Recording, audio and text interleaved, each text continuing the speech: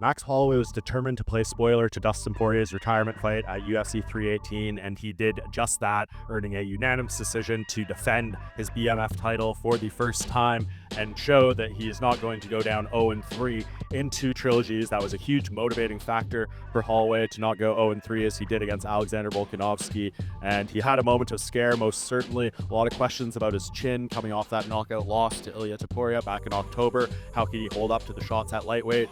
He definitely got hurt by one, but showed incredible durability, recovery, and got his way back into the fight and closed it out. Very, very strong. Holloway, you got to be impressed by what he did here. The move up to lightweight, fighting a guy who had all the motivation in the world to get this victory on this night, and he showed up.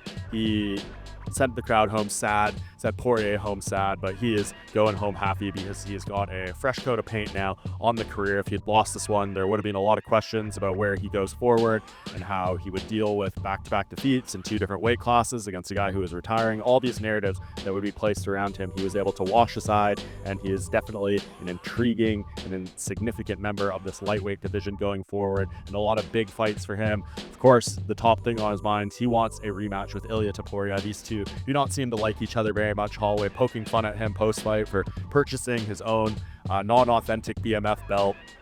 Maybe it's time to do that rematch at some point down the line. I do not think it is right now. I am keen to see Topuria fight some of these other lightweights right now, and Arman Tsarukyan, Justin Gaethje even. Maybe if you want to do the Paddy Pimblett grudge match, there is potential options all across the board for Topuria, and I just don't know if Holloway has done enough yet to put himself in the front of the queue above all those guys. But I do not think it is far off, and there's significant matchups for him on the horizon. I think the one he mentioned is an alternative to Topuria in a BMF title defense, likely against Charles Oliveira. Those two have a history of their own. They fought years and years ago in Saskatoon, Canada. I was there. It was very weird when Oliveira went down very early in that fight with a neck throat injury of some kind. It was reported at the time it was an esophagus tear.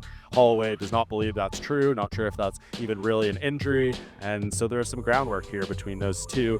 Oliveira, no doubt, is going to want to try to get back on track after his vacant title loss to Topuria.